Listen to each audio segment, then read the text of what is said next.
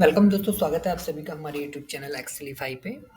दोस्तों आज हम सीखने वाले हैं सम इफ फंक्शन के बारे में। सम इफ फंक्शन का यूज क्या होता है, कितने तरीके से हम इसको यूज कर सकते हैं, कहाँ-कहाँ यूज कर सकते हैं। दोस्तों बताना चाहूँगा ये बहुत ही यूज़फुल फंक्शन है और हर एक एक्सेल यूज़र की डेली लाइफ का ये पार्ट है। डेली आपको इस फंक्शन का जो है ज़रूरत पड़ती है किसी भी वैल्यू को कैलकुलेट करने के लिए और मल्टीपल कंडीशन पे हम इस वैल्यू का यूज कर सकते हैं। तो चलिए स्टार्ट करते हैं आज की वीडियो। आगे बढ़ने से पहले मैं आपको बोलना चाहूँगा कि आप चैनल को सब्सक्राइब कर लें, लाइक करें, शेयर करें ताकि आप आने वाली वीडियोज़ की अपडेट आप तो चलिए स्टार्ट करते हैं हम आज की वीडियो। तो जैसे सबसे पहले हमारी कंडीशन है, तो जैसे कि दोस्तों ये हमारे पास सामने हमारी स्क्रीन पे जो है एक टेबल है।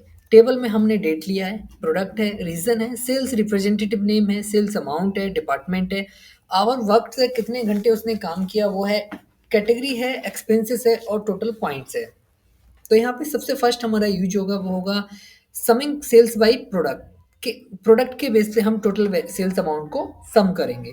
तो उसके लिए हमें क्या करना होगा, हम इस येलो हाइलाइटेड बॉक्स में जाके सेल में जाके हम इक्वल टू लिखेंगे, सम इफ्स लिखेंगे यहाँ पे।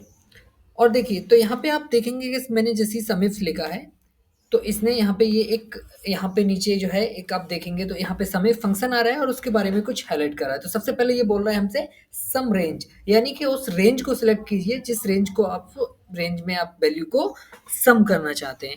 तो उसके इसमें हम क्या करेंगे, टोटल सेल्स अमाउंट को सम करने वाले हैं। तो इसमें हम इस पूरी रेंज को सिलेक्ट कर लेंगे, यहाँ पे फिर हम कॉमा लिखेंगे। अब ये हमसे पूछ रहा है उस क्राइटेरिया रेंज को सिलेक्ट कीजिए, यानी कि उस रेंज में उस क्राइटेरिया की रेंज को सिलेक्ट कीजिए जिस जिस जिस रेंज में आप उस क्राइटेरिया को सम करना चाहते हैं। तो उसके लिए वापस से हम आएँगे, हमारे पास यहाँ पे क्राइटेरिया फर्स्ट जो है वो प्रोडक्ट है। तो प्रोडक्ट को हम सिलेक्ट कर लेंगे रेंज को। अब ये हमसे पूछ रहा है रेंज 1, यानी रेंज 1 की क्राइटेरिया। तो यहाँ से आप देखेंगे तो इसने जो है बोल्ड कलर ब्लैक कलर में बोल्ड कर दिया है क्राइटेरिया 1 को।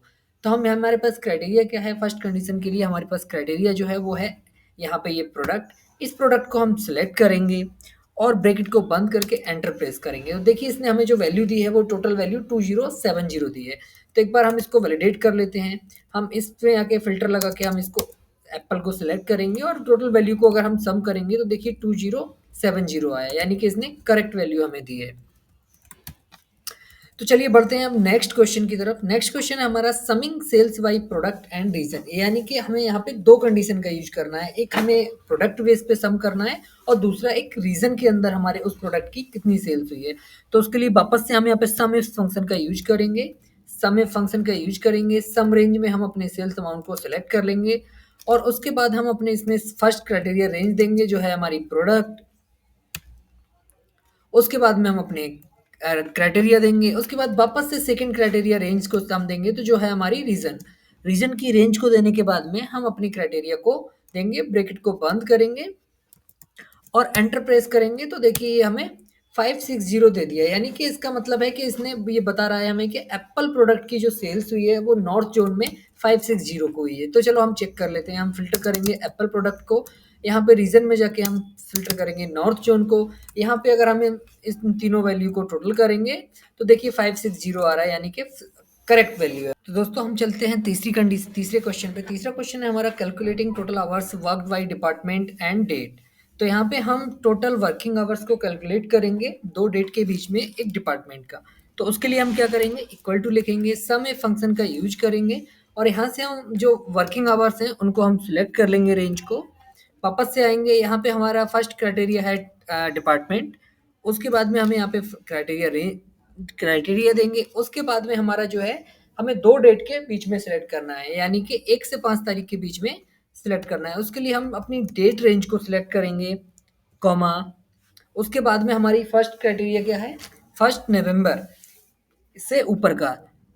तो हम यहाँ पे क्या करेंगे, डबल इन्वर्टेड कॉमा देंगे और उसमें लिखेंगे 2024, सॉरी उसमें लिखेंगे हम greater than equal to 2024 hyphen 11 hyphen 01, bracket को बंद करेंगे, कॉमा। वापस से हम डेट रेंज को सिलेक्ट करेंगे। अब हमें इसको देना है कि लास्ट डेट, यानी कि हमने 1 नवंबर ले लिया, 1 नवंबर और उससे ऊपर ले लिया। तो हम लेंगे अब less than 5, less than equal to 5 November, यानी कि 5 या उससे नीचे तक का ये हमें कैलकुलेट करके देगा। तो वापस से हम डबल इन्वर्टेड कॉमा लिखेंगे, उसमें हम लेस देन का साइन लगेंगे, उसके बाद में हम लिखेंगे 2024 हाइफन 11-05। वापस से डबल इन्वर्टेड कॉमा लगाएंगे, ब्रैकेट को बंद करेंगे और एंटर प्रेस करेंगे। तो देखिए इसने जो हमें दिया है वो टोटल 18 आवर्स दिया है। तो चलिए एक बार हम इसको वैलिडेट कर लेते हैं। यहाँ से हम पहले डिपार्टमेंट को सिलेक्ट करेंगे, आईटी। अब यहाँ से हम इसको मैनुअली सिलेक्ट कर लेते हैं कि हमें 1 से 5 तारीख, 1 2 3 4 5। तो यहाँ पे देखिए इसने ये हमें जो टोटल वर्किंग आवर दे दिए हैं। देखेंगे तो यहाँ पे हमने जो लिया है इसको हमने लेस देन 5 लिया है, यानी कि ये हमने जो लिया है वो 1 तारीख से 5 तारीख से पहले यानी कि 4 तारीख तक हमें कैलकुलेट करके दिया है। तो यहाँ से अगर हम इन 4 को कैलकुलेट करेंगे तो ये टोटल 18 आवर्स हो, यानी कि 18 घंटे हो रहे हैं। अगर यहाँ पे वही हमें 1 से 5 तारीख को भी अगर कैलकुलेट करना है तो वापस से हम अपनी कंडीशन पे आएंगे। इनके बाद में हमें यहाँ पे इक्वल टू लगा देंगे और एंटर प्रेस करेंगे। तो ये देखिए इसने हमें टोटल जो है 23 आवर्स दे दिए हैं, यानी कि अब हमें यहाँ पे अपनी वैल्यू को टोटल करेंगे तो अब देखेंगे जो टोटल वैल्यू है वो 23 आवर्स है। तो यानी कि आप इस सम इफ के फंक्शन से आप इसको यूज करके आप दो डेट को बीच में अगर और मल्टीपल क्राइटेरिया के बीच साथ आपको अगर वैल्यू को कैलकुलेट करना है तो आप वो भी इस सम इफ फंक्शन में कर सकते हैं। फोर्थ क्वेश्चन पे की ओर बढ़ते हैं। तो फोर्थ क्वेश्चन जो हमारा वो है summing expenses by category and value. तो हमें एक्सपेंस को जो है मल्टीपल कैटेगरीज के एक्सपेंस को कैलकुलेट करना है, सम करना है और मल्टीपल कंडीशन जो कंडीशन है हमारी जहां भी हमारा एक्सपेंस जो है वो 100 से ऊपर है वहां पे हमें कैलकुलेट करना है। तो हम यहाँ पे सम इफ फंक्शन लगाएंगे, हम एक्सपेंस को सम कर मतलब रेंज को सिलेक्ट करेंगे, कॉमा यहाँ से हम अपनी ट्रेवल कैटेगरी को सिलेक्ट करेंगे, यहाँ से हम अपनी इसको रेंज देंगे, कॉमा यहाँ पे हम वापस से अपने एक्सपेंस वाली रेंज को सिलेक्ट करेंगे, कॉमा डबल इन्वर्टेड कॉमा में अब हम इसको देंगे कि हमें उस केस में जो है टोटल सम एक्सपेंसेस को सम करना है जहां पे सम जो एक्सपेंस है हमारा वो 100 या उससे अबव है, और किस कैटेगरी में, ट्रेवल कैटेगरी में। तो हम यहाँ पे ग्रेटर देन का साइन लेंगे, 100 लिखेंगे, ब्रैकेट को बंद करेंगे, एंटर करेंगे। तो देखिए इसने हमें ट्रेवल कैटेगरी में ग्रेटर देन 100 की जो टोटल आ रहा है वो 2530 आ रहा है। हम इसी फॉर्मूले को ड्रैग कर देंगे तो ये हमें ऑफिस कैटेगरी में भी हमें कैलकुलेट करके दे देगा। किसी भी टास्क को आप मल्टीपल डेटा में करते हैं तो आप इसको यूज करके अपने डेली टास्क को इजी कर सकते हैं और इजीली कैलकुलेशन कर सकते हैं विद मल्टीपल कंडीशन।